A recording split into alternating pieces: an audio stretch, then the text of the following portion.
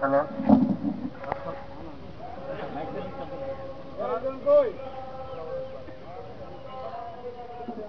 Hello, আসসালামু আলাইকুম।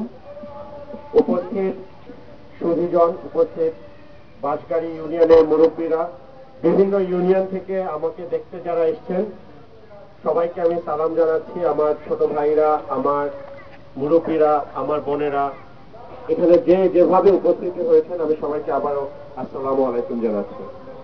আজকে আপনাদের মাঝে উপস্থিত হতে পারে আমি অসম্ভব আনন্দিত, এবং আপনারা আমাকে যে ভালোবাসা দিয়েছেন, আপনারা আমাকে যে সম্মান দিয়েছেন, আমি এই সম্মান কখনোই ভুলব না।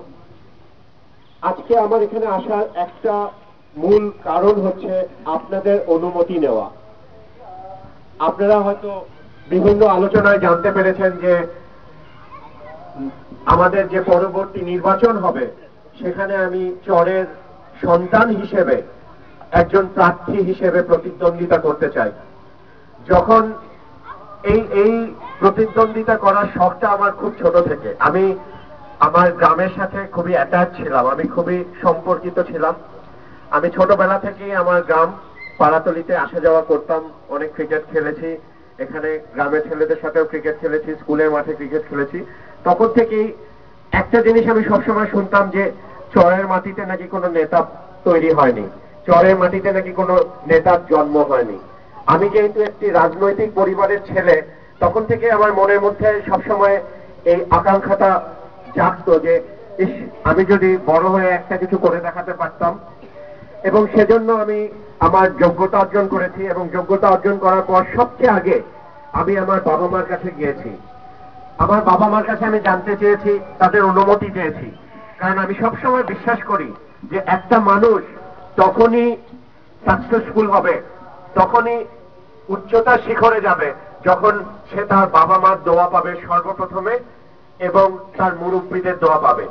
আমি যখন আমার বাবা মার কাছে গিয়েছি, আমার বাবা মা দুজনই আমাকে প্রাণ খুলে আশীর্বাদ দিয়েছে এবং বলেছে যে এবারের নির্বাচন তোমাকে করতেই হবে, এবং রায়পুরা থেকে তোমাকে এমপি হয়ে জিতে আসতে দেখতে চাই। তুমি যদি নির্বাচন করো,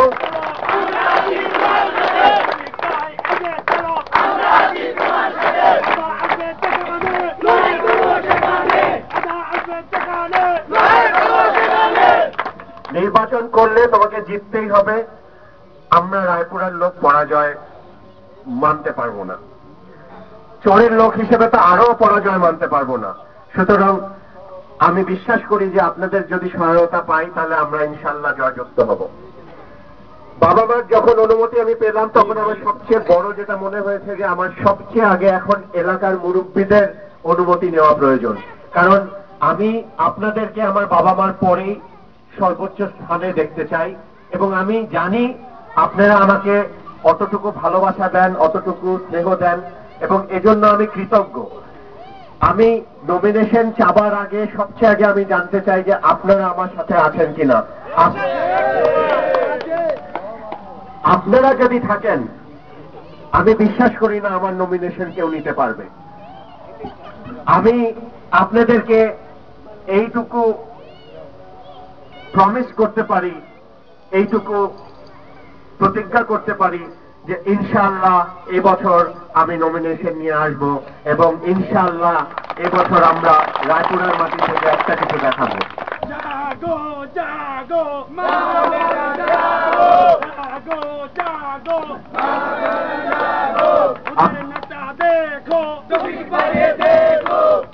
আপনারা হয়তো জানেন না যে আমার পরিবার, আমার নানা, আমার মামা, আমার খালা, আমার মামাতো ভাই, আমাদের পরিবার থেকে প্রায় 8 থেকে 9 জন 1975 সালে বঙ্গবন্ধুর সাথে নিহত হয়েছেন। আমার নানা হচ্ছেন বঙ্গবন্ধুর বোন জামাই, এবং উনি বাংলাদেশ আওয়ামী লীগের তৎকালীন যে সরকার ছিল তার মন্ত্রণালয়ে 3টি মন্ত্রণালয়ের মন্ত্রী ছিলেন উনি, এবং প্রেসিডিয়াম মেম্বারও ছিলেন, এবং 1975 সালে উনি বঙ্গবন্ধুর সাথে একই দিনে একই সময়ে নিহত হয়েছেন। উনি আমার খালু প্রয়াত শেখ ফজলুল হক মনি, যিনি 1975 সালে আমার বড় খালা সাথে শেখ আরজুমনির সাথে একই দিনে নিহত হয়েছেন।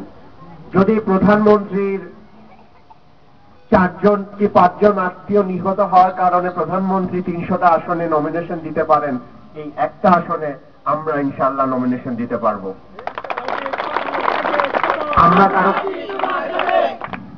আমরা কারো কাছে ভিক্ষা চাই না, এটা আমাদের অধিকার, এটা রায়পুরাবাসীর অধিকার, এটা চরের মানুষের অধিকার। আমরা একটা নমিনেশন চাই এবং আমরা চর হিসেবে দেখিয়ে দিব যে আমরা নমিনেশন পেলে, আমরা যদি অবস্থানে যেতে পারি, আমরা যদি এমপি হতে পারি, আমরা রায়পুরার জন্য কি করতে পারি। ইনশাআল্লাহ আপনারা যদি আমার সাথে থাকেন, আমি বিশ্বাস করি যে আমরা রায়পুরা শুধু নরসিংদীর না, বাংলাদেশের একটা উন্নত জায়গাগুলোর মতো হবে যেখানে আমরা সব ফ্যাসিলিটিস ইনশাআল্লাহ দিতে পারবো। আমি যখন এখানে এসেছি আমাকে অনেকেই প্রশ্ন করেছেন, বা অনেকে হয়তো আমাকে প্রশ্ন করেন নাই, কিন্তু মনে মনে ভেবেছেন যে আমি পাড়াতলী ইউনিয়নের ছেলে, থানার কি হবে। আমি আপনাদের কাছে আজকে প্রতিজ্ঞা করে যেতে চাই যে আমি যদি এমপি হই, সবচেয়ে আগে প্রথম কাজ হবে বাসগাড়িতে থানা করা। এটা আপনাদের কাছে আমার প্রতিজ্ঞা।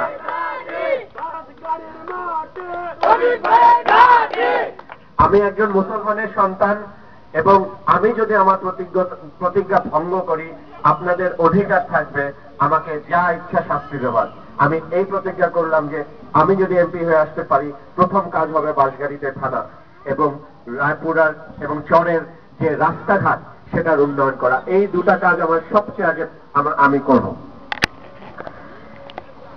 আমি এমপি হবার আগে থেকেই, আমার ছোটবেলা থেকেই শিক্ষার সাথে আমি জড়িত এবং আপনারা হয়তো জানেন যে আমার ঢাকাতে একটা শিক্ষা প্রতিষ্ঠান আছে এবং নতুন করে আমি সিলেটেও একটা শিক্ষা প্রতিষ্ঠান করেছি যেখানে বিদেশি বিভিন্ন কোর্সের শিক্ষা দেওয়া হয়। আমাদের পুরো পরিবার, আপনারা জানেন যে আমার দাদা মরহুম মুখলেসুর রহমান চৌধুরী, উনি এই চরাঞ্চলে প্রথম হাই স্কুল প্রতিষ্ঠা করেন তারাতলিতে, এবং আমি চাই এই শিক্ষার সাথে সবসময় জড়িত থাকতে। এবং আমি ইনশাআল্লাহ খুব শিগগিরই আপনাদের সাথে আবারও আসবো, আবারও আমি আপনাদের সাথে বসবো এবং নতুন প্রজন্মকে নিয়ে এখানকার আমাদের চরাঞ্চলের শিক্ষার উন্নয়ন কিভাবে করা যায়, আমরা ইনশাআল্লাহ সেই উদ্যোগ শুরু করব খুবই শীঘ্রই। আপনারা আমাকে এই ব্যাপারে সর্বাত্মক সহযোগিতা করবেন এবং দোয়া করবেন, এই কামনা করছি। তৌফিক ভাই বই নাই, রাজপথ চাই নাই। তৌফিক ভাই বই নাই, রাজপথ চাই নাই। রাজপথে আছি, রাজপথে থাকবো। রাজপথে আছি, রাজপথে থাকবো। আদা আসবেন সেখানে, লড়াই করবো সেখানে। আদা আসবেন সেখানে, লড়াই করবো সেখানে। আমি মুসলমান হিসেবে বিশ্বাস করি যে যদি একটা মানুষ, একজন মুসলমান যদি সৎভাবে কাজ করে, তার কারো কাছে চাইতে হয় না। আমরা সবসময় বলি যে আমরা প্রধানমন্ত্রীর কাছে যাব, আমরা তৌফিকের কাছে যাব, আমরা মন্ত্রীর কাছে যাব, আমরা অমুকের কাছে যাব, কারো কাছে চাইতে হবে না। আমার বিশ্বাস যে রায়পুরা তথা এই চরাঞ্চলের মানুষ অত্যন্ত কর্মঠ এবং সৎ, এবং আমরা সেটার প্রতিদান পাবো। আল্লাহ বলেছে তুমি সৎ থাকো, তোমাকে দেখার দায়িত্ব আমাদের। ইনশাআল্লাহ আল্লাহ আমাদেরকে দেখবে। ইনশাআল্লাহ আমরা শুধু এমপি না, চর থেকে আমরা মন্ত্রিত্ব নিয়ে আসতে পারবো।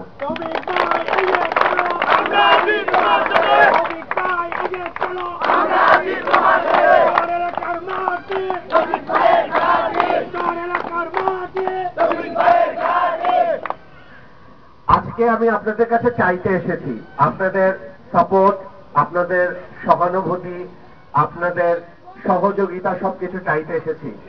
আপনারা আমার জন্য দোয়া করেন যাতে এই ইলেকশনের পর থেকে আপনাদের কাছে আমার চাইতে না হয়। আমি যাতে সারা জীবন যতদিন বেঁচে থাকি আপনাদেরকে আমি শুধু দিয়ে যেতে পারি, এবং রায়পুরার প্রত্যেকটা মানুষের জন্য, নরসিংদীর প্রত্যেকটা মানুষের জন্য আমি যাতে সারা জীবন কাজ করতে পারি। আপনারা আমাকে সেই দোয়া করবেন। আপনারা যেমন আমার জন্য গর্বিত, আমি কিন্তু আপনাদের ব্যাপারে তার চেয়েও বেশি গর্বিত। আমি যেহেতু রাজনৈতিক পরিবারের ছেলে, আমি বিভিন্ন জেলায় গিয়েছি। আপনারা বিশ্বাস করবেন না, এমন কোন জায়গা আমি দেখি নাই যেখানে মানুষ এভাবে সবসময় বলে যে আমরা দল মত নির্বিশেষে তোমাকে ভোট দিব। এরকম আমি কোথাও দেখি নাই। আমি সত্যি আপনাদের জন্য গর্বিত এবং আমি আপনাদেরকে আবারও সালাম জানাই। এখানকার মানুষের আসলে তুলনাই হয় না, সত্যি কথা, রায়পুরার মানুষের কোনো তুলনা নাই। এবং রায়পুরার মানুষ হিসেবে নিজেকে আমি পরিচয় দিতে কখনো কার্পণ্য বোধ করি না, অসম্ভব গর্ববোধ করি। এবং আপনারা বিশ্বাস করবেন না, আমি যেখানে যাই আমি সবসময় বলি আমি রায়পুরার ছেলে। এবং আমি চাই যে আপনাদের এই যে সবাইকে একসাথে কাজ করার মানসিকতা, এটা যাতে সারা জীবন বজায় থাকে। আমি আপনাদের আর সময় নিব না। আপনারা আমার জন্য যে কষ্ট করে এখানে উপস্থিত হয়েছেন, ধৈর্য ধরে আমার কথা শুনেছেন, বক্তাদের কথা শুনেছেন, সেজন্য আপনাদেরকে আবারও ধন্যবাদ। আশা করি আপনাদের মাঝে সব সময় থাকতে পারবো। আপনারা আমাকে এখন যেভাবে ভালোবাসা দিচ্ছেন, সারা জীবন সেভাবে ভালোবাসা দিবেন, দোয়া করবেন। ধন্যবাদ। জয় বাংলা, জয় বঙ্গবন্ধু। সম্মানিত উপস্থিত